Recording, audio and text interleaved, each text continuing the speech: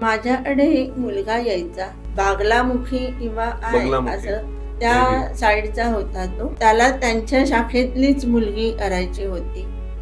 तर मी त्याला म्हणलं होतं उशिरा आहे पण अतिशय चांगली मुलगी मिळेल, शिकलेली आहे आणि नोकरी करणारी असेल. पण काही केल्या त्याला ती मिळत नव्हती आणि वयाच्या साधारण 32-32.5ला त्यांच्याच फॅमिली फ्रेंडच्या थ्रू एक स्थळ आलं आणि ती मुलगी इंजिनियर आहे. तो स्वतःही मुलगा इंजिनियरच आहे आणि त्याला मॅच झाली, कुंडली बघितली, माझ्याकडे बघितलं, झालं. पण तो थांबला.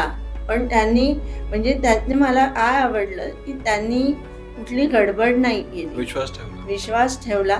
हा तो त्रास देत होता मला, काय हे 6 महिने झाले, 8 महिने झाले, अजून नाही. मी म्हटलं थांबा थोडं, मला दरवेळेला हेच दिसतंय की असंच होणार आहे, वेळ लागेल. थोडंसं मागे पुढे होतं पण तसंच झालं.